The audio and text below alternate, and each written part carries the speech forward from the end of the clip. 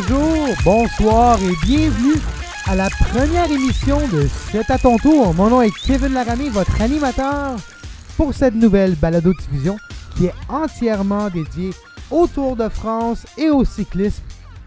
On verra après le tour, mais pour l'instant, c'est l'heure du tour. Le samedi 7 juillet commence le Tour de France, la plus grande course de vélo sur la planète, le moment où tous les yeux du monde du cyclisme sont rivés devant le même écran et regardez la même course. Les meilleurs cyclistes du monde parcourront l'Hexagone.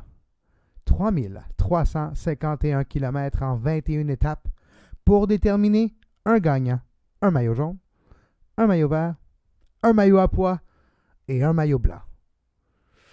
J'en ai déjà des frissons. Vraiment, c'est une édition du Tour de France qui est, je dois vous l'avouer, très intéressante pour plusieurs raisons. Premièrement, on va terminer l'émission avec la controverse de Chris Froome. Je ne veux pas en parler tout de suite. Je veux parler du Tour au complet. Je veux parler du parcours, des prétendants, les équipes, les étapes clés. Et ensuite, on parlera de Chris Froome et de la controverse dans laquelle le Tour va s'ouvrir ce samedi. Mais pour commencer, bienvenue à C'est à ton tour. Commençons tout de suite par parler un petit peu de cette édition 2018 du Tour de France qui ne commencera pas non avec un chrono et non plus un prologue, comme on a eu l'habitude plusieurs années. Une étape en ligne, 201 km de Noirmoutier-en-l'Île à Fontenay-le-Comte. Une étape pour peut-être sprinter, mais comme vous savez, ou si vous ne le savez pas, vous le allez savoir maintenant, le Tour de France débute en Vendée, sur le bord de l'Atlantique. Donc, qui dit côte, qui dit proche de la mer, qui dit Vendée, dit vent, dit peut-être bordure, échelon, et surtout, perte de temps peut-être impressionnante déjà. L'étape numéro 1, une étape, premièrement, probablement pour les sprinteurs, mais il suffit de quelques coups de vent et un échelon. Et si les sprinteurs ne sont pas au devant du peloton, ils se retrouvent écartés, ils ne pourraient peut-être pas faire la jonction et terminer l'étape en premier. Donc, regardons un peu le parcours. Un parcours qui a été dessiné un petit peu différemment par les organisateurs, par le Amaury Sport Organisation, ASO, mieux connu sous le nom, qui est l'organisateur de cette course, qui est, comme vous savez, la plus grande course de vélo, le plus grand tour. Il y a 3 grands tours dans le monde. Il y a le Giro d'Italie, le Tour d'Italie qui a lieu au début mai tous les années. Il y a aussi le Tour de France au début juillet. Cette année, dû à cause de la Coupe du Monde, le Tour de France débute un petit peu plus tard qu'à l'habituel. Donc, on pourrait s'attendre encore à des températures excessivement chaudes dans les Alpes et les Pyrénées au cours des prochaines semaines. Et aussi, il y a le Tour d'Espagne, mieux connu sur la Vuelta a España, plus tard dans la saison, vers fin août et septembre. Pour la Vuelta a España, en passant, présentement, le champion défendant de tous les grands tours est Chris Froome. Chris Froome a gagné le Tour d'Italie en 2018. Si vous vous rappelez, il y a quelques mois, Chris Froome était 4e jusqu'à la 19e étape. Il n'était pas nécessairement un prétendant jusqu'à une attaque solo 80 km avant la fin de la 19e étape. Un gain, 4 minutes et le maillot rose pour Chris Froome. Chris Froome est aussi le champion défendant du Tour d'Espagne de l'année dernière et du Tour de France aussi. Le grand chelem de Chris, le grand chelem à la Froome, c'est comme ça qu'on pourrait l'appeler, lorsqu'il détient maintenant les 3 tours, le grand tour. Évidemment, il y a toujours les suspicions par rapport au Tour d'Espagne de l'année dernière, et on va terminer l'émission avec ça, avec le salbutamol, expliquer tout ce que ça fait et expliquer un peu les conséquences et tout. Continuons avec les étapes. Je ne passerai pas toutes les étapes un par un, mais juste pour vous mentionner qu'il y a quelques nouveaux essais. Il y a des nouveaux cols, il y a des nouveaux départs. Si on regarde l'étape numéro 17, qui est une grille de départ style Formule 1, avec les 20 premiers au classement général qui seront isolés seuls au départ. Un vrai départ, 65 km, pas de départ fictif cette fois-ci, un vrai départ, et ce sera des feux d'artifice sur les routes, je vous dis, en cette journée. Mais continuons un petit peu avec ce que je pense seront les étapes clés. Il y a 21 étapes, on ne commencera pas à parler des 21 étapes, mais les 9 premières étapes ne sont pas vraiment en montagne. Il y a un mur, oui, le fameux mur de Bretagne qu'ils vont passer 2 fois à l'étape numéro 6, Et c'est là que je vous amène. Regardons l'étape numéro 6 tout de suite, qui se termine au mur de Bretagne, qui est selon moi le premier endroit pour les prétendants pour peut-être exprimer leur genre et leur capacité physique dans le Tour de France 2018. Donc c'est Brest, mur de Bretagne, Kerleda. Mur de Bretagne, il y a un circuit qui commence au mur de Bretagne, il se terminera au mur de Bretagne, donc 2 fois dans les derniers 16 km, le mur de Bretagne sera gravi. Et pour moi, le mur de Bretagne est un classique. C'est un classique, oui, parce que c'est un parcours de classique. C'est quelque chose qui est très, très printanier, je pourrais vous dire. Je me rappelle soit les classiques ardennaises ou les classiques françaises ou belges. Course d'une journée classique, les monuments du vélo, on pourrait parler même. Mais le mur de Bretagne, quand même assez impressionnant. 2 km, 6,9%. C'est pour ça qu'on appelle ça un mur. C'est très court, mais quand même abrupt. Et n'est pas nécessairement pour favoriser un grimpeur. Vu que c'est une arrivée au sommet, il y a quand même au sommet, c'est vite dit, une arrivée en colline. Vu que c'est une arrivée en colline, il y a quand même peut-être des chances de créer un petit jeu de temps. Si je suis exemple, si je suis un puncher, exemple un Philippe Gilbert ou un cycliste de la telle, peut-être que je pense que j'ai une chance au mur de Bretagne pour pouvoir peut-être enfiler le maillot jaune pour la première fois. 9 premières étapes, il y a plusieurs différents porteurs de maillot jaune, selon moi, qui vont arriver quasiment tous les jours. On pourrait voir des porteurs différents de maillot jaune et c'est peut-être même des petites équipes qui pourraient avoir l'opportunité de gagner le maillot pour une journée. Ce parcours plus plat pour les 9 premières étapes est dédié un peu à changer un peu la donne. Donc, plusieurs arrivées pour les sprinteurs. On parle d'environ 6 sur 9 possibilités de sprint, tout dépendant du peloton et des équipes de sprinteurs. On va voir les équipes un petit peu plus tard. Il y a quelques équipes qui sont vraiment dédiées aux sprinteurs, quelques autres qui ont un sprinter avec eux et qui pourraient bénéficier des trains de sprint ou ce qu'on appelle un lancement des autres équipes. C'est quelque chose qu'on pourrait voir un petit peu plus tard. On va parler de Mark Cavendish, évidemment, avec Team Dimension Data. Un peu un retour dans le passé pour Mark Cavendish qui retrouve Mark Renshaw, le fameux dernier lanceur pour Mark Cavendish au cours de ses années fastes avec le HTC Columbia High Road, je vous ramène au début des années 2010, qui était l'équipe la plus victorieuse que j'ai jamais vue de ma vie, HTC Columbia, avec le train parfait, avec des coureurs tels les Mark Renshaw et compagnie. Il y avait aussi les Tyler Ferrar dans le temps.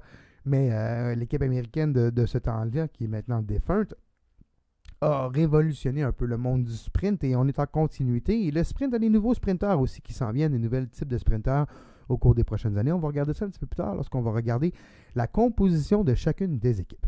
Maintenant, première étape clé que je vous parlais, l'étape 6, Brest, mur de Bretagne. Première vrai moment décisif peut-être. On ne peut pas gagner le tour à l'étape numéro 6, pareil comme l'étape numéro 1 ou 1 à 5, 1 à 6.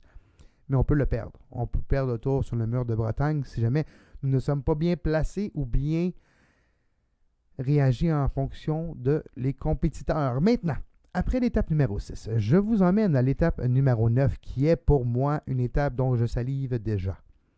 Vous aimez Paris-Roubaix? Paris-Roubaix, selon moi, est une des courses les plus excitantes à regarder. Le drame qu'il y a à tous les années. S'il pleut, ça va être toute une étape très difficile. Et c'est quand même une bonne chose qu'il y a la journée de repos à Annecy après le fameux Roubaix. Parce que cette étape numéro 9 qui va de Arras Citadelle à Roubaix est l'étape pour moi qui va commencer à tout changer. Rappelez-vous Vincenzo Nibali il y a quelques années lorsque Nibali a gagné le Tour en 2014 si je ne me trompe pas. Il avait gagné beaucoup de temps, je pense 2 minutes sur les secteurs pavés. Et cette fois-ci, pas seulement un 12-13 km de pavés. Non. On parle ici de 21,8 km de pavés divisés en 15 secteurs. Il y a quelques montées sur des pavés. Les routes du 19e siècle de la France, de la banlieue de la France, sont utilisées ici. 15 différents secteurs. Une journée comme on pourrait appeler l'enfer du Nord, qui est le surnom de la course de Paris-Roubaix. Mais cette course, cette finale sera extrêmement, extrêmement spectaculaire. Et qui je favorise encore? Ça, c'est dur à dire. Mais un Lars Boom qui s'était posé en 2014, justement, à Aringberg, porte du Hainaut, qui était dans les derniers passages du Tour de France sur les pavés du Nord. Et cette fois-ci, 22 km. Je crois que ces 22 km vont laisser des traces. Si ce n'est pas des traces sur des blessures, on se rappellera qu'une clavicule brise très facilement sur les vieux pavés accidentés de l'enfer du Nord. Donc, je ne serais pas surpris du tout, si un prétendant au titre ou quelques grands noms ne terminent pas cette étape. Du pour ma chance, et la météo aura une grande influence sur cette course. On connaît les pavés, on connaît un petit peu le danger du pavé. Donc, si c'est mouillé, c'est boiteux. Si c'est mouillé, c'est de la vase à grandeur. Et si c'est sec, ben, c'est poussiéreux. Et si c'est poussiéreux, la visibilité est un petit peu diminuée et il y a beaucoup de danger. Donc, l'étape numéro 9, pour moi, est la première vraie étape peut-être décisive de ce Tour de France, non pas en montagne, mais en pavé. Parlant de montagne, première étape de montagne, qui est l'étape numéro 10. 158 km, 158,5 km, passant par quelques cols connus, donc le col de Rome, on termine à Grand Bornand, donc c'est Annecy le Grand Bornand, le montée du plateau des Gilières, qui est quand même assez difficile, hors catégorie. Donc on parle ici d'une montée en altitude, une montée au sommet, 1350 mètres le Grand Bornand, le col hors catégorie ici, le col de la Colombière, le col de Rome, et surtout le montée du plateau de Glières. Mais étant tôt dans l'étape, je ne pense pas que ce col hors catégorie sera décisif pour le général. Parce que un col hors catégorie, 70 km après le départ de l'étape, est oui, très difficile. Et quand on parle de ce col hors catégorie, extrêmement, extrêmement à pic, comme on dirait en français. Donc, c'est ce qui va être difficile, là. On parle de 6 km à 11,2% et à une altitude de 1390 mètres pour le montée du plateau des Glières. Donc, étant quand même tôt dans l'étape, cette montée hors catégorie, je ne pense pas que ça va influencer vraiment la fin du Tour de France, mais au moins, ça va monter quelques images spectaculaires et nous allons voir au moins, je presque garantis, une échappée terminée. Cette étape est gagnée sûrement pour un jeune grimpeur gagner cette première étape et qui sait peut-être même avoir enfilé le maillot à poids après cette étape. Mais ce n'est pas une étape qui se termine en sommet, donc il n'y a pas de point double pour le fameux maillot à poids. Maintenant, ma quatrième étape clé ou charnière que je crois que vous ne devez manquer, et l'étape numéro 11, une étape avec une arrivée au sommet, une arrivée en altitude, Albertville, où a eu lieu les Jeux olympiques de 1992, à La Rosière, l'espace Saint-Bernardo. Et si on regarde La Rosière, qui est un col de 17,6 km à 5,8%, avec quelques endroits avec des pourcentages plus élevés à 8,5 et 9,2% sur quelques kilomètres, mais en moyenne, on parle de 5,8%. Donc, pas une montée extrêmement difficile pour les coureurs du peloton, mais qui sera pour moi le premier feu d'artifice de ce tour. L'étape numéro 11, est-ce que nous allons voir quelques prétendants que je vais nommer dans quelques instants essayer de battre un Chris Froome, essayer de ravir le maillot jaune pour la première fois? Est-ce qu'on va voir les grandes équipes attendre avant d'aller chercher le fameux maillot doré et de le garder pour quelques semaines? Lorsqu'on a vu plusieurs années les grandes victoires de Chris Froome depuis plusieurs années, des fois, il allait chercher le maillot jaune à 4-5 jours, à 4-5e étape, et le gardait jusqu'à la fin. Aucun suspense, aucun dilemme, quoi que ce soit. Je crois que cette année, ça va être un petit peu différent, et c'est pour ça que les organisateurs ont placé ces étapes et ces cols de cette façon. Donc, étape numéro 11 à La Rosière, arrivée en altitude, la première du Tour de France, la première vraie arrivée en altitude, mais ce n'est que placer la table, comme on pourrait dire, pour l'étape numéro 12. L'étape numéro 12, pour moi, est l'étape reine de ce Tour de France. C'est là que cela va se jouer. Bourg-Saint-Maurice-les-Arcs, à l'Alpe d'Huez. Oui, comme vous pouvez voir derrière moi, l'Alpe d'Huez sera l'hôte de cette finale de l'étape numéro 12. Mais il y a d'autres cols aussi dans cette finale. Il y a des cols classiques et des cols qui font rêver. Col de la Madeleine. On parle du col de la Madeleine à 53 km à l'intérieur de l'étape, 2000 mètres. C'est pas une montée facile, mais ensuite, on devra enchaîner une descente assez difficile. Un petit sommet numéro 2, le lacet de Montvernier, qui prépare une descente assez rapide jusqu'à Saint-Jean-de-Maurienne pour ensuite aller chercher le col de la Croix-de-Fer, qui est un 29 km à 5,2 %. Le col de la Madeleine, en passant, c'est 25,3 km à 6,2 %. Tout ça pour amener jusqu'à Bordoisan et la Gardannoisan, le début de l'Alpe d'Huez, 13,8 km à 8,1 %. Et qu'est-ce qui est quand même toujours important avec l'Alpe d'Huez, c'est que oui, une moyenne de 8,1 %, mais si on regarde plusieurs endroits, 11,5, 9,5, 10,4, 10. La fin de l'Alpe d'Huez est beaucoup plus facile que le début. Il y a quelques murs à l'intérieur de cette ascension. Et je crois que le maillot jaune, après cette étape numéro 12, sera le grand favori pour gagner le tout. Mais on ne sait jamais. On ne sait jamais avec les quelques petites différentes étapes qui s'en viennent, qu'on va parler, donc l'étape numéro 16 et surtout l'étape numéro 17. Tout pourrait changer lorsque sera le temps d'arriver aux Pyrénées. Maintenant, en passant de l'étape numéro 12, prochaine étape clé selon moi, c'est l'étape numéro 14. Une autre étape de montagne avec des cols assez importants. On parle ici du Pic de Nord, un sommet numéro 1, avec une descente jusqu'à Carcassonne. C'est là, souvent, qu'on peut voir les descendeurs tels un Vincenzo Nibali essayer peut-être d'aller chercher quelques secondes. C'est rare au cours des dernières années qu'on a vu des extrêmement bons descendeurs aller chercher quelques minutes ou quelques secondes. Mais c'est toujours extrêmement spectaculaire. Dangereux, oui, mais spectaculaire. Et avec cette descente vers Carcassonne, on pourrait avoir une surprise. Oui, je m'attends à une finale en échappée et peut-être un gagnant surprenant. Mais les prétendants au titre, selon moi, s'ils ne sont pas déjà éliminés, si on parle déjà de quelques secondes ou minutes de retard, pourraient essayer une grande opération dans cette montée et peut-être larguer les compétiteurs durant la descente. Est-ce qu'un Chris Froome sera prêt à prendre des risques lors d'une descente pour ne pas perdre du temps? C'est toujours la question que je me pose. Autant que Chris Froome monte très bien, descendre, il n'y a pas de problème, mais on ne parle pas ici des qualités de descendeur pareilles comme un Vincenzo Nibali, par exemple, qui est peut-être un prétendant. Il n'est pas dans mon top 5, mais on ne sait jamais.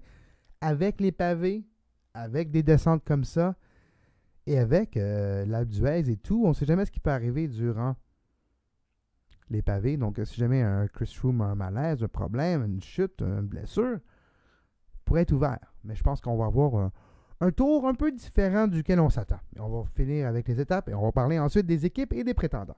Alors, l'étape numéro 14, une arrivée en altitude aussi à Mende. Pour moi, l'arrivée à Mende peut quand même assez intéressant. J'en ai-tu manqué une? Étape numéro... Non, c'est ça, c'est bon, on a la bonne. Étape numéro 14, arrivée à Mende, qui est plus pour un puncher. Vous allez dire, oui, c'est seulement une catégorie 2, mais la preuve, Joaquin Rodriguez a gagné en 2010, mais avec l'enchaînement de quelques cols, avec cette arrivée en altitude, ça pourrait favoriser une attaque un peu surprise. Parce que, oui, tout le monde a entouré l'étape 12, l'étape 16 et 17 déjà dans leur calendrier. Mais si je suis un outsider, comme on pourrait dire, si je suis, exemple, un Rigoberto Urán, okay, de EFP Drapac, Cannondale, si je suis Rigoberto Urán et je décide de peut-être attaquer sur un terrain différent ou ce que mes compétiteurs ne s'en attendent pas, l'étape numéro 14 pourrait être une bonne option. Maintenant, l'étape avant l'étape qui me fait rêver. On parle de l'étape numéro 16, le col de Portet d'Aspet, un de mes cols favoris à cause du 9,7% à 9% lors des derniers kilomètres de cette montée de 5,4 en moyenne de 7,1. Et on parle du col de Manté ensuite, qui est quand même un col plus difficile que prévu, 6,9 km à 8,1%. Donc, arrivé en altitude ici, on parle de... Bon, pas une arrivée en altitude, le col de Portillon, après c'est une descente à Bagnères de Luchon. Encore une fois, ça pourrait être un endroit où un Vincenzo Nibali, par exemple, ou un bon descendeur qui est bien classé, pourrait aller gagner quelques secondes. Je prévois une échappée jusqu'au bout et le gagnant, car l'équipe du maillot jaune va s'assurer que le temps n'est pas trop grand. Mais c'est la seule temps du Tour de France. L'étape numéro 16 où le peloton quitte la France. On est habitué des fois, comme il est passé d'autres années, ou voir le grand départ, ou voir les autres parties du Tour, aller en Italie, aller quoi que ce soit.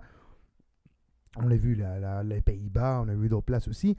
Il y a seulement quelques kilomètres en Espagne cette année, et c'est durant l'étape numéro 16, lorsqu'ils seront dans les Pyrénées, un petit crochet en Espagne et de retour en France pour terminer cela en Haute-Garonne avec Bagnères de Luchon, qui est un classique du Tour de France.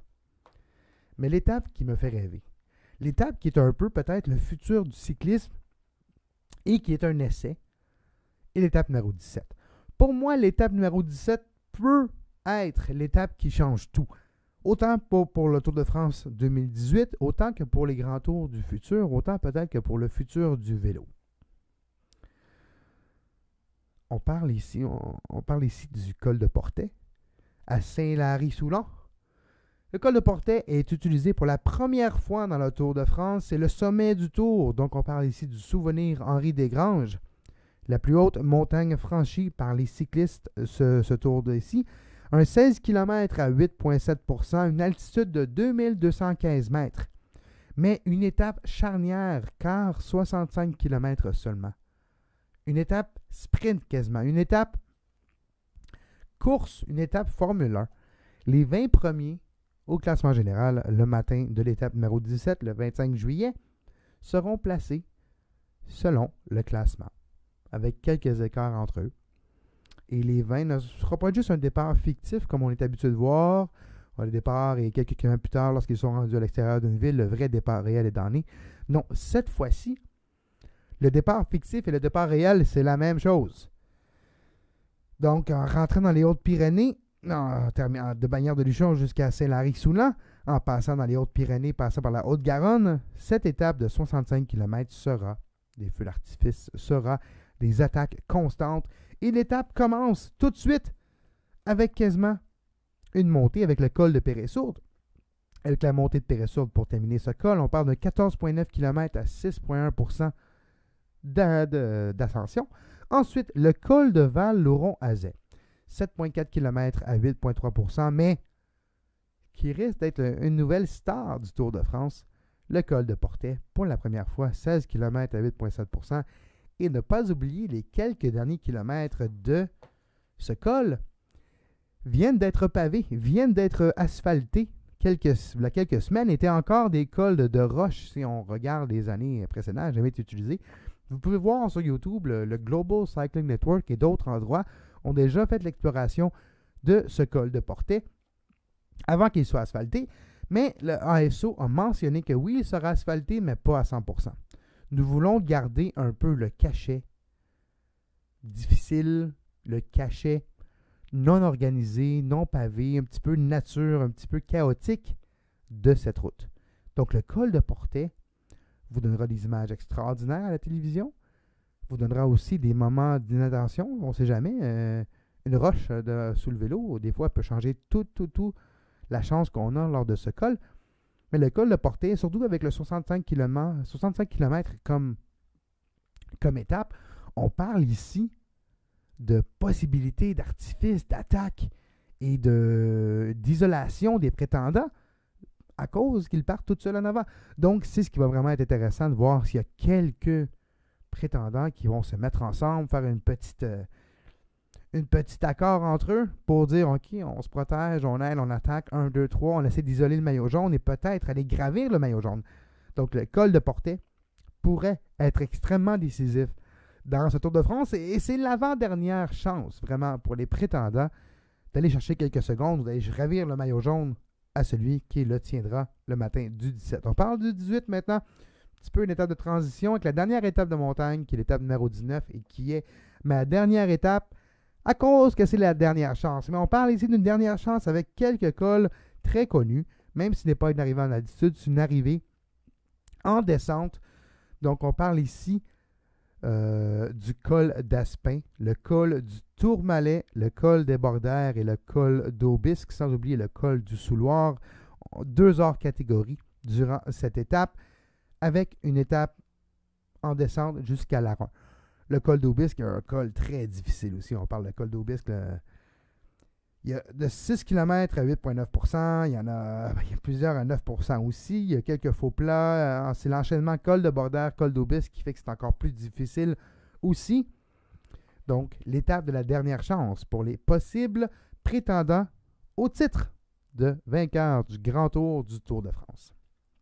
Avant que nous commencions à parler un petit peu des équipes qui seront présentes au Tour de France, je veux vous inviter à aller au sportinspired.ca. Toute nouvelle collection de chandails inspirés par le Tour de France, designés par moi-même. Et je vous conseille, pour un petit 30 $, 25 $, vous allez avoir un chandail extrêmement joli, beau. Et vous allez voir, j'en ai quelques-uns qui s'en viennent dans le courrier et je vais pouvoir les faire tirer ici à l'émission. Mais vous pouvez toujours vous les procurer au sportinspired.ca. Les équipes. Ah, les équipes. Moi, c'est ça. J'aime les couleurs, les beaux chandails, les beaux vélos. On oublie toujours un peu parler des fois des équipes. Et ce n'est pas seulement gagner le tour qui est important, c'est le reste aussi. Donc, parlons des équipes ici. Histoire rapide. Et surtout, moi, ce qui m'intéresse, c'est le vélo ici. J'aime bien parler des vélos. Je pense que c'est une des choses qu'on oublie de parler des fois lorsqu'on regarde le Tour de France. C'est la beauté, la valeur aussi, mais la beauté des vélos et à quel point cela nous fait rêver de posséder de tels engins. Donc, AG2R La Mondiale, une équipe quand même très connue avec des Tony Galopin de ce monde et d'autres. On va faire la start list, comme on dit en bon québécois, en bon français. On va faire la liste des débutants après avoir la présentation des équipes. Donc, AG2R La Mondiale qui roule sur des facteurs O2, pédaliers Shimano et des roues Powermeter Mavic. Création de l'équipe en 1992 et le manager général est Vincent Lavenu. Pour AG2R La Mondiale. AG2R La Mondiale, c'est quoi? C'est le sponsor, évidemment. Qu'est-ce que ça fait dans la vie, le sponsor? AG2R La Mondiale, bien, compagnie d'assurance, si vous ne savez pas. Compagnie d'assurance agricole un peu, compagnie d'assurance en France pour plusieurs raisons. Maintenant, Astana Pro Team, une équipe depuis 2007, dirigée par l'ancien coureur Alexander Vinokourov. Qu'est-ce qu'Astana? Astana est le conglomérat de compagnies pétrolières du Kazakhstan. Astana est aussi un grand sponsor de tous les sports qui sortent du Kazakhstan. Et on parle de Jacob Fuglsang en tant que leader pour l'équipe Astana. Astana est sur des Argon 18, vélos québécois, des Gallium Pro et aussi des Nitrogen Pro, donc les 2 modèles de Argon 18, un pédalier FSA K-Force Light et des roues Corima. Maintenant, passons à Bahrain Meridia. Bahrain Meridia que Vincenzo Nibali maintenant fait partie. Vincenzo Nibali, le leader et leur leader pour le Tour de France. Une toute nouvelle équipe, création de l'équipe en 2007. Ils ont une participation au Tour en 2017 et aussi les sponsors, leur secteur d'activité, on parle du Royaume de Bahreïn évidemment, et fabricant taïwanais de cycles Meridia. Donc Bahrain Meridia avec entre autres Vincenzo Nibali. Maintenant, BMC, une équipe dont le futur n'est pas assuré. On parle ici d'une équipe qui a perdu son mécène, Hans Ries, décédé il y a quelques mois, qui était le grand mécène du vélo suisse. BMC est une compagnie, un fabricant de vélos suisse. Et on parle ici, évidemment, de vélo BMC. On parle d'un pédalier Shimano Dura-Ace et de roues Shimano.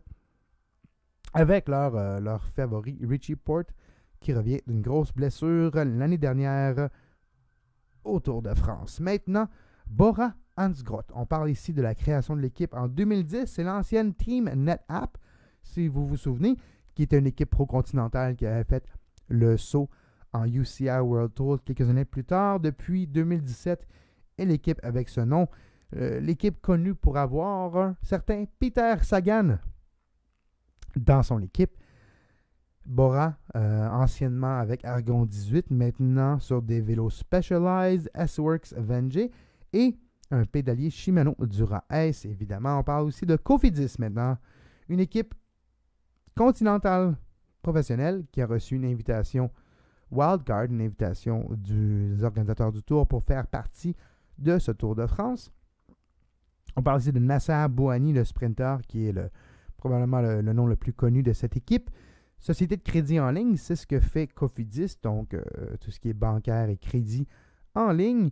Et on parle ici d'un Kuotokan, qui est le cadre utilisé, un pédalio Campagnolo 11 vitesses et les roues Campagnolo Bora Ultra pour Cofidis. Maintenant, passons à Direct Énergie. Une autre équipe Continental Pro qui a reçu l'invitation pour le Tour de France des organisateurs. On parle ici d'une équipe qui existe depuis 2000, qui avait comme nom avant le Bonjour Tourpaguel, qui s'appelle Direct Énergie depuis 2016. Direct Énergie est un fournisseur et producteur d'électricité et de gaz naturel. Le cadre est un Williard Cento 10, le pédalier Shimano Dura-S et des roues Fast Forward. Donc maintenant, passons à Groupama FDJ, une de mes équipes charnières au Tour de France. Pour plusieurs raisons. C'est dommage la blessure à Thibaut Pinot. C'est vraiment dommage que Thibaut ne sera pas au Tour. On parle ici d'une compagnie d'assurance qui est Groupama et loterie et paris sportifs pour Française des Jeux. Si vous êtes au Québec, si vous êtes placé au Québec comme moi, ben c'est le mise au jeu de la France, Française des Jeux. Une équipe avec beaucoup d'histoire qui existe depuis 1987. Une des équipes françaises les plus en vue depuis longtemps. Et FDJ, habituellement, fait d'extrêmement beaux maillots nationaux. Donc, tous ceux qui ont gagné les champions nationaux et tout, vous allez en avoir quelques-uns sur le Tour de France. Les maillots de FDJ sont quelque chose. Habituellement, sont extrêmement beaux à voir. Maintenant, l'Auto Soudal. André Greipel, sprinter, équipe qui est quand même dédiée au succès de André Greipel. Qu'est-ce que l'Auto Soudal? L'Auto Soudal, c'est la loterie nationale belge, c'est l'auto. On parle de fabricant de mastic, silicone, mousse et colle et produits d'étanchéité pour Soudal dans la construction. Donc, l'Auto Soudal, c'est cela. On parle de Mitchelton Scott. Qu'est-ce que Mitchelton Scott? Mitchelton Scott est l'ancienne équipe Orica Green Edge créée en 2011, de Green Edge, qui ont eu leur premier sponsor Orica, et qui était une équipe quasiment totalement australienne. Mais ce n'est plus le cas. On change un petit peu de passer d'équipe qui avait comme ambition de gagner les étapes, gagner quelques sprints, à une équipe tranquillement qui fait la transition au classement général avec des certains Adam Yates et les Simon et Adam. Adam est vraiment leur leader pour le Tour de France. On va en parler lorsqu'on aura la liste officielle un petit peu plus tard dans l'émission. Qu'est-ce que Mitchelton Scott? Mitchelton est une entreprise viticole australienne, donc une maison de vin australienne, et le fabricant de vélos américain Scott. Évidemment, les cadres sont des Scott et on parle d'un pédalier Shimano Dura-S. En passant, j'ai oublié de mentionner le vélo pour l'Auto Soudal des Ridley. C'est peut-être pas les meilleurs vélos, il y a peut-être une petite différence, on va voir. Et c'est toujours un peu fascinant de voir l'équipement et l'équipementier de chaque équipe et si jamais ça a au résultat d'une équipe. Des fois, c'est des gains marginaux, mais des fois, ces gains marginaux-là vaut une grosse différence. On parle maintenant de la Movistar, une des grandes équipes du peloton qui existe depuis 1981, sinon la plus vieille équipe du Tour de France qui s'appelait Reynolds dans le temps, commandité par le papier d'aluminium il y a très longtemps. Maintenant, commandité par Movistar depuis 2011. Movistar, c'est quoi? Non, c'est pas des films. C'est un opérateur de téléphonie mobile très populaire en Espagne et dans le monde espagnol. On parle ici de la deuxième équipe peut-être en importance du Tour de France avec les Nairo Quintana, les Mikel Landa et les Alejandro Valverde qui pourraient, un des trois, peut-être être un prétendant au titre et peut-être détrôner un certain Chris Froome. On va voir, on va en parler dans quelques instants. Quick Step Floors avec Julien Alaphilippe, puncher extraordinaire. On parle ici d'un revêtement de sol, l'équipe Quick Step qui existe depuis 2003, sous son nom actuel Quick Step Floors depuis 2017. Quick Step Ethics, on a eu plusieurs différents noms de cette équipe. Quick-Step, une des équipes les plus connues au monde. On a eu des grands noms qui ont fait partie de cette équipe, évidemment, les tels que les Michael Rogers, les Filippo Pozzato, les Cédric Vasseur, Paolo Bettini, les Chin Devader, qui étaient excellents dans les classiques, Alessandro Petacchi, évidemment, Sylvain Chavanel. Un classique du Tour de France, M. Chavanel. Et Tom Bonen, évidemment, Marcel Kittel, Daniel Martin fait partie de cette équipe aussi. Donc, quand même intéressant ici, Quick Step Floors, qui est un revêtement de sol. Quick Step Floors, hein, plancher, c'est ça. Exactement. Team Dimension Data, avec Mark Cavendish, Mark Renshaw, une équipe qui était Mountain Quebeca avant, était depuis créée en 2007 en tant que Continental, Mountain Microsoft, qui est devenu MTM Quebeca, qui est devenu MTM Quebeca propulsé par Team Dimension Data, et qui est devenu Team Dimension Data. Qu'est-ce que Dimension Data? C'est une société de services en ingénierie informatique. Surprenant, hein? Exactement. Maintenant, l'équipe pour laquelle j'ai un petit faible pour plusieurs raisons. Première équipe qui m'a vraiment fait tomber en amour avec le vélo, c'est la Cervélo Test Team à la fin des années 2000, au début des années 2010. Et tout ce qu'il y a eu depuis, donc Cervélo est ensuite devenu Cervélo et Slipstream sont venus ensemble. Team Argyle, Slipstream et continue. Et devenu avec Cannondale, cette équipe maintenant est la continuité de cette équipe qui existe depuis 2005 et qui est dans le fond je dirais l'héritier de HTC Columbia iRoad du début des années 2010 mélangé avec Cervélo. Tous ensemble avec Cannondale et Liquigas. C'est 3 équipes, 4 équipes qui ont quand même été importantes dans la création de cette équipe. Jonathan Vaughters, qui est très connu en étant lui qui dirige Slipstream, qui dirigeait HTC iRoad et qui continue ensuite. Et le manager général de cette équipe. C'est avec cette équipe que Ryder Hesjedal a gagné le Giro d'Italie. En 2012, c'est avec cette équipe qu'on a vu des Christian Van de Velde, Tyler Farrar, David Millar, Bradley Wiggins, Carlos Sastre, Simon Garrett, Thor Hushovd, Henrik Hausler, tous ceux que j'ai mentionnés étaient avec Cervélo Test Team dans le temps. David Zabriskie, Daniel Martin, Ryder Hesjedal, Andrew Talansky aussi, qui était un espoir américain qui était avec cette équipe aussi. Donc, c'est l'héritière de toutes ces équipes. Là, je pense pas qu'ils ont beaucoup de chance au général, mais ils ont un outsider comme un Rigoberto Urán qui trouve toujours un moyen d'être bonne humeur et trouve toujours un moyen de tirer son épingle du jeu avec l'aide de ses coéquipiers. Maintenant, Team Fortuneo Samsic, qui est une équipe pro-continentale qui a été invitée au Tour aussi par les organisateurs. Leur plus grand coureur, je dirais, est Warren Barguil, un nouveau grimpeur, un nouveau jeune qui pousse, qui pourrait peut-être pas encore être là, mais un top 10 pour Warren Barguil, je pense que c'est possible. Qu'est-ce que Fortuneo? Fortuneo est une banque en ligne et Samsic est un service aux entreprises aussi. Donc, vous pouvez voir tout cela dans Team Fortuneo Samsic. Maintenant, Team Katusha Alpecin. On parle ici d'Alpecin qui était un commanditaire de notre équipe qui a décidé de partir de Team Alpecin et de maintenant commanditer Team Katusha. Team Katusha Alpecin, c'est là que Marcel Kittel est un des meilleurs sprinteurs du Tour de France, du peloton, mais qui a seulement une victoire en 2018 jusqu'à présent. Qu'est-ce que Katusha et Alpecin? Katusha est une société financière par Itera et Gazprom, russe, et fabricant de produits pour cheveux Alpecin, évidemment. Maintenant, terminons avec quelques autres équipes. Team Lotto NL Jumbo. Donc, on parle ici de Loterie nationale néerlandaise, une chaîne de supermarchés Jumbo. On parle d'une équipe qui est quand même dirigée autour d'un sprinter, Dylan Groenewegen, qui est un sprinter de nouveau genre, je dirais, grand, fort, physique, et un peu un nouveau Greipel. Donc, c'est un peu un Greipel peut-être meilleur pour Dylan Groenewegen.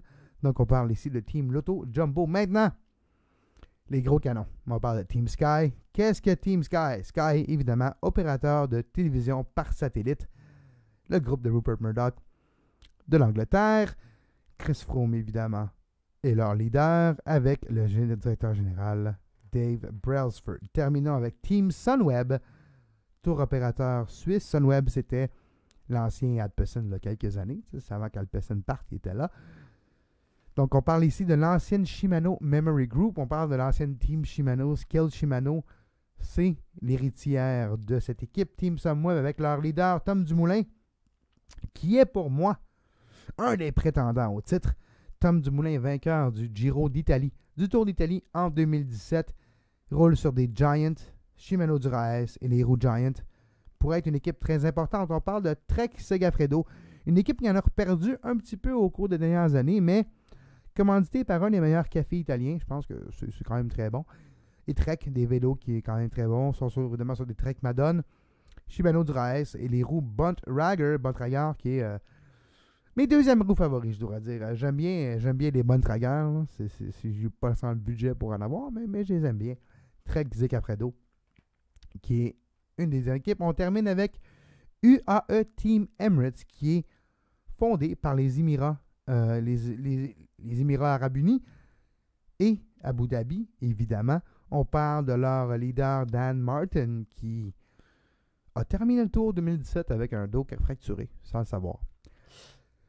Il est tough, le petit Dan. Il est tough, le petit Écossais. Et Dan Martin, le prétendant, le leader pour Team Emirates. Dernière équipe, Wanty Group Gobert, une autre équipe continentale pro qui roule sur des câbles Cube Lightning, donc je n'ai jamais vu, une compagnie de vélo que je ne connais pas, qui existe depuis 2008. Les secteurs d'activité des sponsors, entreprises de travaux publics belges et distributeurs de matériaux de construction belges. Une équipe majoritairement belge, mais qui va être présente au Tour de France pour la première fois. Maintenant, pour terminer l'émission, je sais que ça fait un petit bout de temps qu'on parle et ça commence à être long, mais terminons avec les équipes ici et parlons un peu de la composition des équipes du Tour de France. On est à quelques jours seulement du début du Tour, 3 jours, et nous avons les équipes officielles, la composition de leur équipe. Donc, commençons avec la Team Sky, avec évidemment Christopher Froome, Egan Bernal, Jonathan Castroneves, Michael Kwiatkowski, Gianni Moscon, Wout Poels, Luke Rowe et Geraint Thomas. On parle ici d'une équipe extrêmement solide pour entourer Chris Froome en montagne avec des lieutenants tels les Kwiatkowski, les Wout Poels et les Geraint Thomas. Chris Froome est un prétendant pour son 5e Tour de France. Maintenant, la Quick Step. Niki Terpstra, Yves Lampaert, Philippe Gilbert, puncheur extraordinaire qui pourrait peut-être trouver son compte au mur de Bretagne. On va voir. Fernando Gaviria, Bob Jungels, Julien Alaphilippe, Maximilien Richeze et Tim Declercq. On parle ici d'une équipe qui est entourée pour soutenir Alaphilippe quand même, mais un Philippe Gilbert pourrait être une carte cachée lors des étapes un petit peu accidentées ou un petit peu bosselées. L'Auto-Sudal est une équipe qui est quand même construit autour d'André Greipel, la meilleure chance de résultat et de succès durant ce tour pour moi, selon moi. Donc on parle ici d'André Greipel, Thomas de Gent, Thies Benoît, Thomas Marchinski, Jasper De Bis, Marcel Sieberg, Jelle Van Endert et Jens Kukeler. Et en passant, vous voyez, il y a seulement 8 noms par équipe et non 9. Première année que les équipes sont diminuées de 9 à 8. Pour un petit peu la sécurité des coureurs, on parle d'un peloton de 176 au lieu de 200 quelques. Donc, un petit peu plus d'espace et un petit peu plus de liberté, mais une personne de moins, on va voir si cela va affecter les équipes, surtout en montagne, et un domestique de moins, on va voir s'il y a vraiment une différence. Mais pour les équipes du Tour de France, et je trouve que c'est vraiment une bonne idée. On a vu des grandes chutes, des accidents au cours des dernières années. Et c'est pas toujours plaisant de voir. Lorsqu'il y a des décès, c'est extrêmement non plaisant. J'ai toujours Wouter Whelan du Giro d'Italie dans la tête. Donc oui, je trouve que c'était important de diminuer le nombre de coureurs de 9 à 8, surtout pour la sécurité du peloton. Passons maintenant à Trek Segafredo, une équipe qui est quand même tournée autour de John de Gelcob, qui est sprinter. On parle de Julien Bernard, de Koen de Kort, Michael Gogol, Xabu Grmet, Bok Mollema, qui est leur meilleure chance au titre. Pour Trek Segafredo, c'est Bok Mollema, entouré de Tom Skun et de Jasper Steven. Maintenant, la Lotto NL Jumbo, on parle ici d'une équipe, encore une fois, qui est quand même bâtie autour du sprint, avec une peut-être chance au classement général avec Robert Racing, mais je pense pas que Robert Racing est capable d'aller faire un top 10 encore une fois. Peut-être, mais je serais surpris. L'ancien gagnant à Montréal et à Québec, je pense que Robert Racing pourrait peut-être faire un top 15 facilement autour, tout dépendant des circonstances. Top 10, je trouverais que ça serait un gage de succès pour l'Auto Jumbo. On parle de Primoz Roglic, Steven Kruijswijk, Paul Martens, Timo Rosen, Dylan Groenewegen, qui est leur sprinter extraordinaire, Amund Grøndal Jansen et Antoine Tolek. Maintenant, Groupama FDJ, malheureusement, la malchance est à s'acharner sur Groupama. On parle du forfait de Thibaut Pinot. Quand même, un bon sprint, un bon train pour le sprint avec Arnaud Démarre. On parle de David Gaudu, Jacobo Garnieri, Olivier Legac, Tobias Ludvigsen, Rudy Mollard, Ramon Sinkeldam et Arthur Vichot. Arthur Vichot qui est peut-être un des meilleurs grimpeurs de ce groupe. Mais quand même, je crois que le sprint est gage de succès peut-être pour FDJ. Et malheureusement, avec la blessure à Thibaut Pinot, on peut oublier le classement général. Team Dimension Data, les 8 qui représenteront la Team Dimension Data, c'est des noms que vous allez reconnaître quand même assez facilement.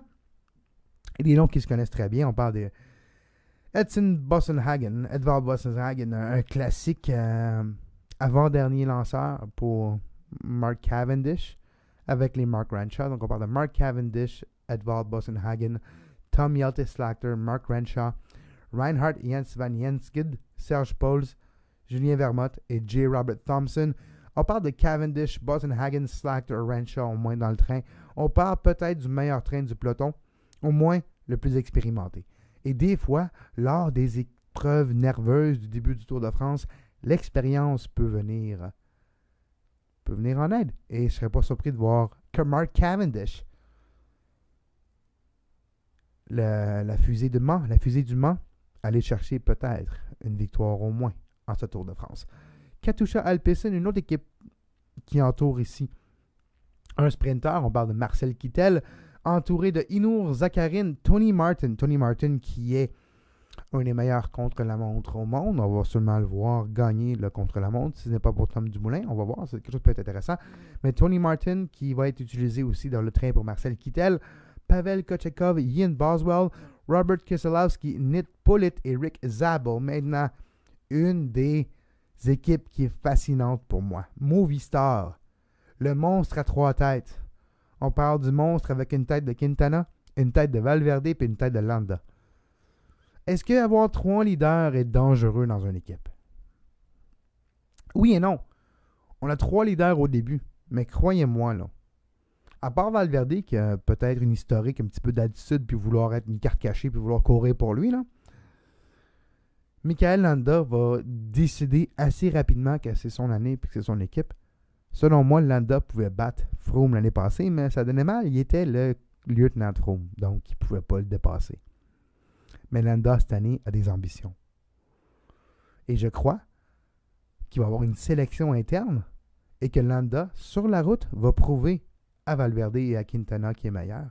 Et nous allons voir un Michael Landa être leader de Movistar et peut-être avoir une chance de gagner le tout. On parle avec André Amador, Marc Soler, Joaquin Roas, Emmanuel Hervit et Daniel Benatti. Benatti qui est plus pour le sprint, mais le reste de l'équipe est là pour supporter le monstre à 3 têtes. Je ne serais pas surpris de voir Daniel Benatti étant pas aussi entouré avec un train pour le sprint, d'être capable de profiter du train de Team Dimension Data et tout, puis peut-être aller voler une étape quand même, on pourrait voir.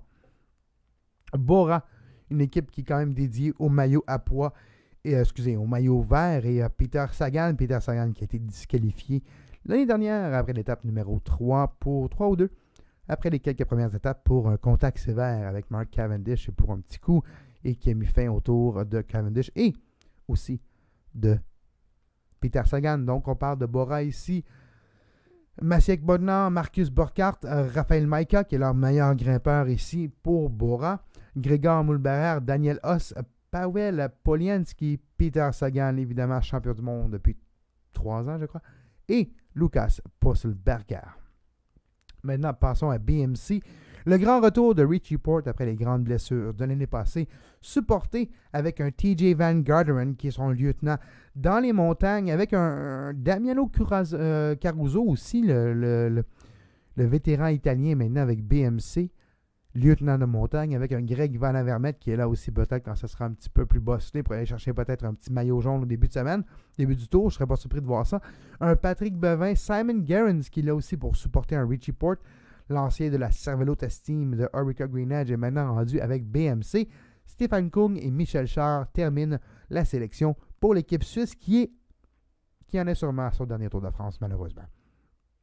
Et maintenant, à G2R la mondiale, avec la blessure Alexandre Geniez, qui est quand même très dommage, qui était un des meilleurs grimpeurs pour eux, remplacé par Mathias Frank, qui est quand même pas un pied de céleri.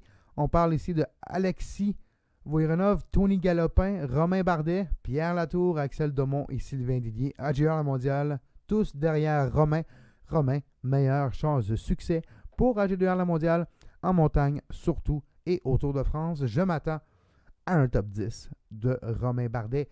EF Éducation First, Drapac Rigoberto Urán est leur lieutenant. Pierre Rolland, le français maintenant avec cette équipe, l'ancien ben oui, l'ancien de cette équipe-là, la même équipe que Thomas Vauclair, donc le nom m'échappe à l'instant.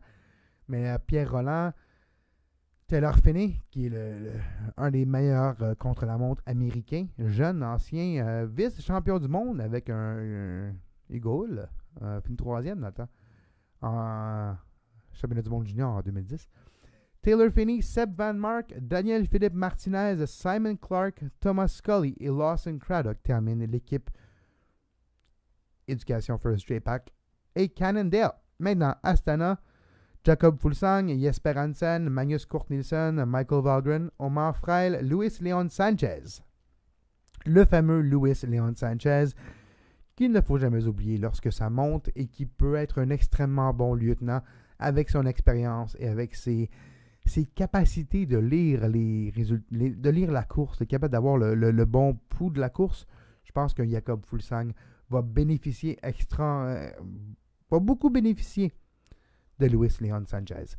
Bahreïn Meridia, on parle ici de Vincenzo Nibali qui est supporté par Domenico Pozzovivo, de Pocket Pozzovivo, Ian Zaguirre, Gorka Izaguirre, de Sonny Colbrello, Franco Pellizotti et de Henrik Hausler. Hausler est le sprinter de Bahreïn Meridia.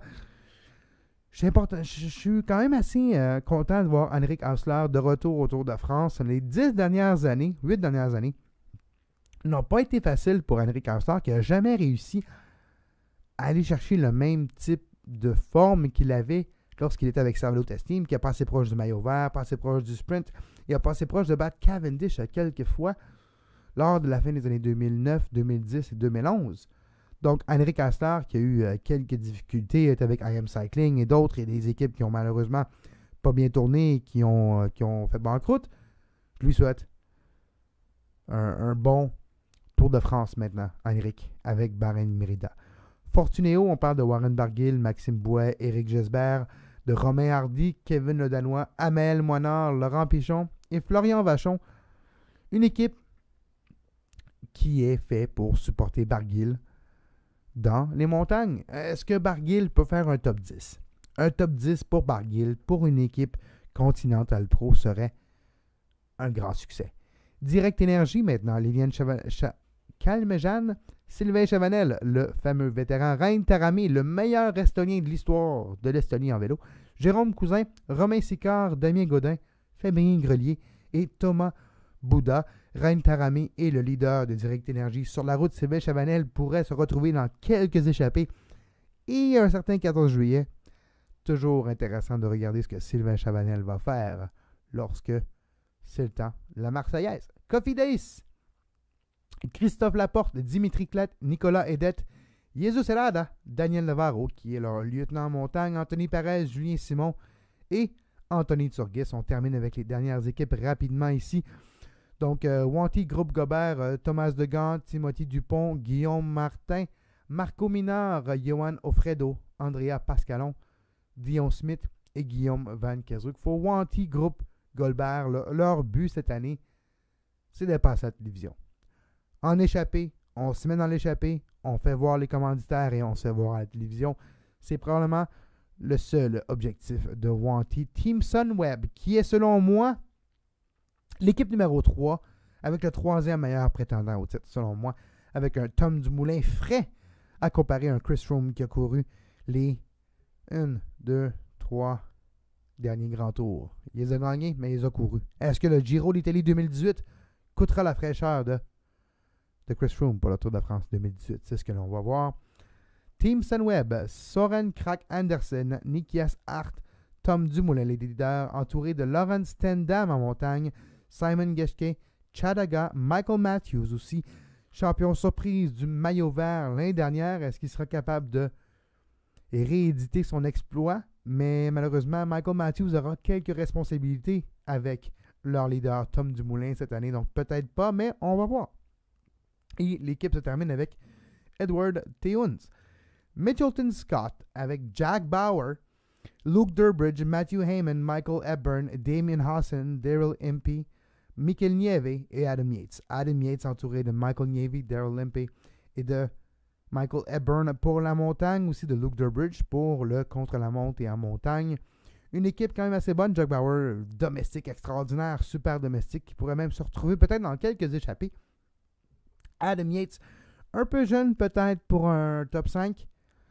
Top 15, top 10 pourrait être faisable pour le jeune du Royaume-Uni, Adam Yates. Et on termine les équipes du Tour de France 2018 avec Team Emirates, John Darwin Atapuma, Christian Durasek, Roberto Ferrari, Alexander Christophe, Marco Marcato, Daniel Martin, Rory Sutherland et Oliviero Troya. Daniel Martin, leur capitaine sur la route, leur chance de peut-être top 10, peut-être top 5 avec Dan Martin si la santé et la forme est présente. Maintenant, c'est le temps de parler de mes prétendants. J'en ai 6. 6 noms que je vous mentionne avec un outsider.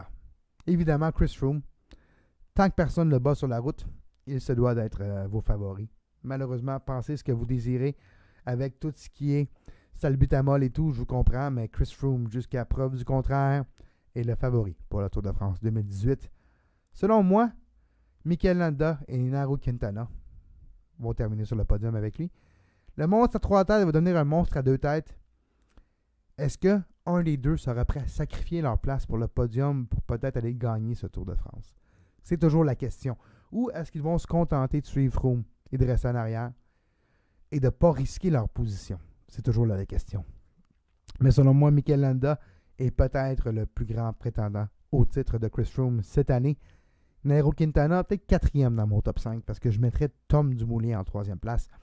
Tom Dumoulin a gagné en confiance. Un contre-la-montre, un spécialiste du contre-la-montre qui apprend à grimper de plus en plus avec les années. Quand même du contre-la-montre dans ce Tour de France-ci qui pourrait avoir quelques secondes d'avantage, je ne sais pas, sur des minutes sur Chris Froome. Être capable de garder cet avantage et de l'accentuer dans les montagnes sera la question. Avec sa victoire au général du Tour d'Italie 2017, Tom Dumoulin gagne en confiance, mieux entouré aussi, et l'équipe au complet croit aux chances de Tom Dumoulin. Donc, Team Sunweb pourrait surprendre beaucoup de monde avec Tom Dumoulin sur le podium. Ce n'était pas sur la plus haute marche du podium. Mais pour terminer, mes prétendants au titre, 2 noms qui sont 3 noms. 3 noms outsiders, mais qui pourraient quand même peut-être avoir des chances à un podium ou un top 5 au classement général. Jakob Fuglsang avec Team Astana, ancien de Team Saxo Bank dans le temps, grand ami des frères Schleck dans le temps aussi, Jakob Fuglsang du Luxembourg. Dans le Luxembourg? En tout cas, Danemark, c'est pas grave, la Suisse, ça se peut. Jakob Fuglsang de Team Astana est un nom que vous allez savoir à la fin du tour. Je pense qu'il va faire une opération en montagne, peut-être pas gagner le tour, mais un top 5 pour Jakob Fuglsang pourrait être réaliste. Et Richie Porte. S'il y en a un qui connaît Chris Froome, c'est Richie Porte. Malheureusement, l'année passée, une mauvaise blessure, passé de prétendant dans l'hôpital en quelques secondes.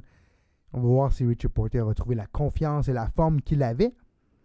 Mais avec une BMC qui n'a rien à perdre, BMC qui va effectuer son dernier Tour de France, BMC va sûrement, malheureusement, fermer les portes à la fin de la saison à cause que leur mécène Hans Ries est décédé il y a quelques mois. Et c'est savoir si BMC est prêt à débourser les millions de dollars par année pour continuer l'activité de cette équipe. On va voir. Mais un autre nom que je considère un outsider, mais que j'aimerais voir au top 10 du Tour de France ici, c'est Rigoberto Urán de Education First J-Pack, powered by Cannondale.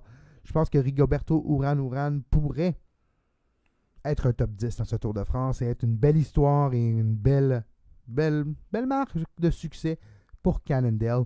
Quand même un top 10 au Tour de France. Quand même pas mal. Bon. Ça fait 1 heure que je parle, puis j'ai pas encore parlé de salbutamol, puis j'ai pas encore parlé de Chris Froome, donc allons-y. Allons-y. Chris.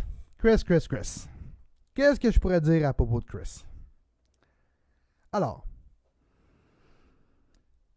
Tour d'Espagne 2017, Chris Froome gagne, mais anomalie qui n'a pas été annoncée durant le Tour d'Espagne, qui a été annoncée ensuite. Une concentration de salbutamol dans le sang 2 fois plus élevée que ce qui est permis. Salbutamol qui est un médicament pour l'asthme, pour les asthmatiques, qui ouvre un petit peu les bronchioles, qui vous aide à respirer. Et le salbutamol rentre dans les bronchioles et garde ouvert un petit peu plus longtemps. Et c'est légal. Avoir du salbutamol dans son corps, dans son système, est légal. Ce qui n'est pas, c'est la quantité. Premièrement, l'utilisation du salbutamol dans le peloton professionnel est répandue à un pourcentage qui est beaucoup plus élevé que dans la population normale. Juste ça, ça vous indique un petit peu à quel point le salbutamol est utilisé dans le peloton professionnel. C'est un coup de pouce, c'est un aide, et un aide qui est légal jusqu'à un certain point. Mais la concentration de salbutamol qu'il y avait dans le corps de Chris Froome durant le Tour de France 2019, durant la Vuelta Espagnole 2018, beaucoup trop élevé. Ça a pris 9 mois. Et jusqu'à la semaine dernière, on n'était encore pas sûr si Chris Froome allait participer au Tour de France. Il était en suspension provisoire, mais vu que c'est en appel et en procédure judiciaire, il se pouvait de continuer à courir.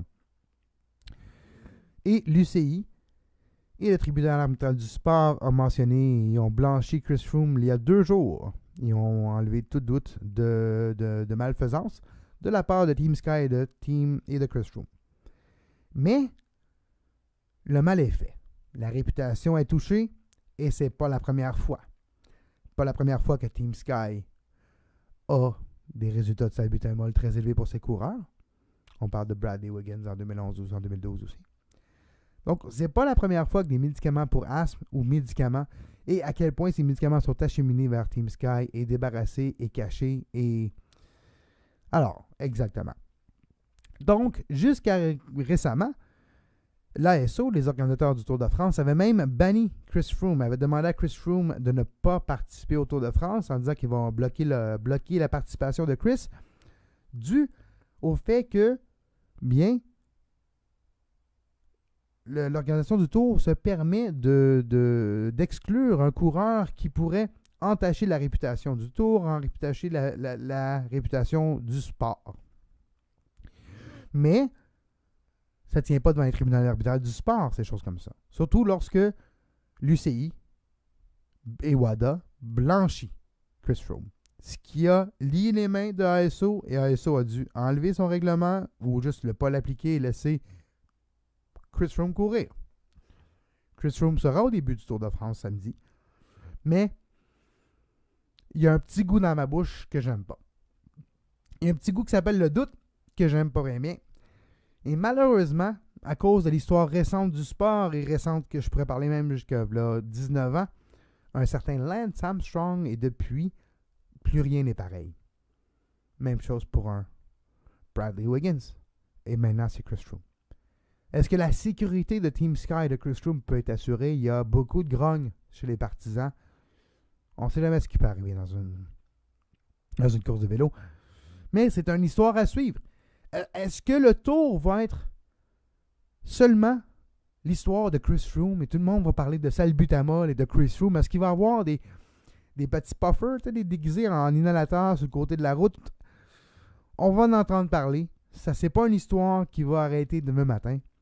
Le doute, malheureusement, il est là. Puis il n'y a pas grand-chose qui peut changer ça.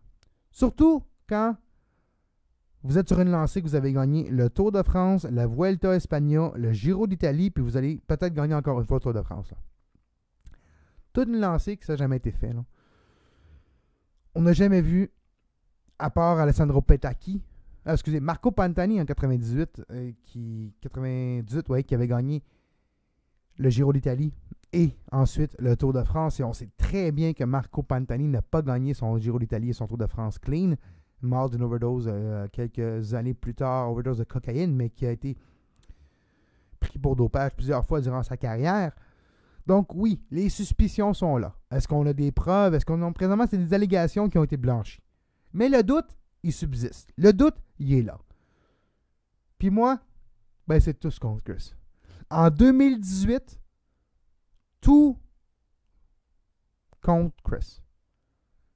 J'espère que le monstre à 3 têtes de Movistar, malheureusement, qui n'est pas nécessairement mieux, parce que si vous connaissez un petit peu l'historique de Valverde, c'est pire. Valverde a été pris pour dopage le 10 ans.